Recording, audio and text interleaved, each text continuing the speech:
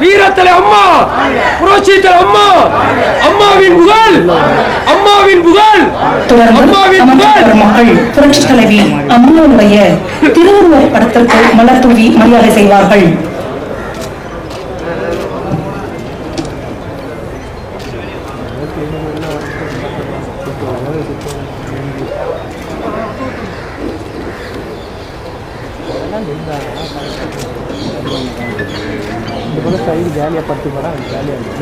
பொதுமக்கள் ஒத்துழைப்பு விழிப்புணர்வும் ஏற்படுத்த சொன்ன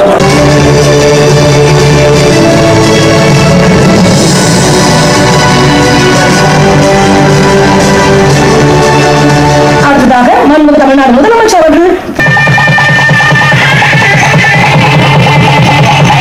ஒரே நேரத்தில் தமிழகம் முழுவதும் 2000 இடங்களில் துவக்கப்படும் தமிழ்நாடு முதலமைச்சர்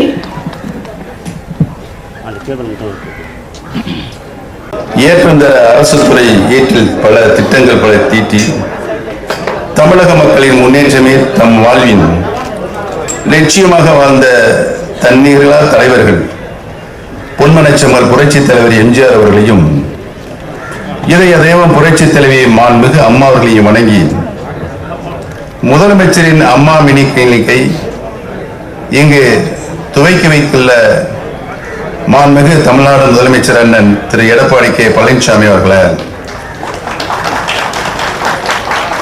மாண்புமிகு நகராட்சி நிர்வாகம் ஊரக வளர்ச்சி மற்றும் சிறப்பு திட்ட செயலாக்கத்துறை அமைச்சர், நண்பர்களே, காவல்துறை அலுவலர்களே, அனைவருக்கும் என்னுடைய வாழ்க்கை தரத்தினை மேம்படுத்துவதையும் உன்னதமான ஒரு குறிக்கோளாக கொண்டு கொடிய நோயான கொரோனாவால் உலகின் பல்வேறு நாடுகளில்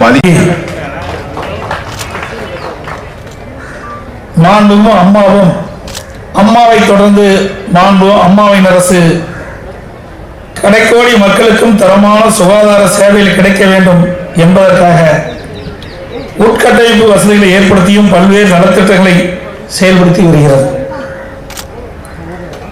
மாண்பு அம்மாவின் ஒரு அரசு மாண்பு அம்மா இருக்கின்ற பொழுதும் சரி, அம்மா மறைந்த பிறகும் சரி, தமிழகம் முழுவதும் இன்றைக்கு கிராமப்புறத்தில் இருக்கின்ற ஏழை எளிய மக்களுக்கு உரிய சிகிச்சை கிடைக்க என்பதற்காக 254 புதிய ஆரம்ப சுகாதார நிலையங்கள் தோற்றுவிக்கப்பட்டன. 30 படுக்கை வசதி, ஸ்கேன் போன்ற வசதியுடன் 166 ஆரம்ப சுகாதார நிலையங்கள் நில உயர்த்தப்பட்டன. இதனால் அந்த பகுதியில் இருக்கின்ற மக்கள் அங்கேயே சிகிச்சை பெறக்கூடிய ஒரு சூழ்நிலையை அம்மாவுடைய அரசு உருவாக்கி தந்தது.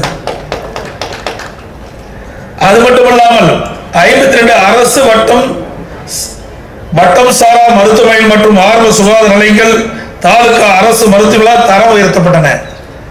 அதே இன்னைக்கு பொதுமக்களிடத்தில் இருந்து வந்த கோரிக்கையின் அடிப்படையிலே மருத்துவமனைகளால் தரம் உயர்த்தப்பட்டிருக்கின்றன. 219 கோடி ரூபாயில் 16.17 லட்சம் குழந்தைகளுக்கு அம்மா குழந்தைகள் நல பெட்டகம் கொடுக்கப்படுகின்றன. அம்மா ஆரோக்கிய திட்டம், அதேவேளை டாக்டர் முத்துலட்சுமி ரெட்டி மகப்பேறு நிதியுதவி திட்டம், கர்ப்பிணி தாய்மார்களுக்கு 4000 ரூபாய் வழங்குகின்ற திட்டம், 104 மருத்துவ சேவை மையம் மூலம் 9.69 லட்சம் பேர் இன்னைக்கு நபர்களுக்கு மருத்துவ ஆலோசனை வழங்கப்பட்டுள்ளன. 108 அவசர கால ஆம்புலன்ஸ் திட்டத்தில் 902 புதிய வாகனங்கள் இன்றைக்கு வழங்கப்பட்டுள்ளன. 11.26 லட்சம் கர்ப்பிணி தாய்மார் உட்பட 46.8 லட்சம் நபர்கள் இந்த புதிய ஆம்புலன்ஸ் வழங்குவதன் மூலமாக பயனடைந்திருக்கின்றார்கள். மதுரை, தஞ்சாவூர் மற்றும் திருச்சி அரசு மருத்துவக் கல்லூரியில் தலா 150 கோடி ரூபாயில் விபத்து சிகிச்சை மையம் கூடிய உயர் சிறப்பு மருத்துவமனைகள் உருவாக்கப்படுகின்றன.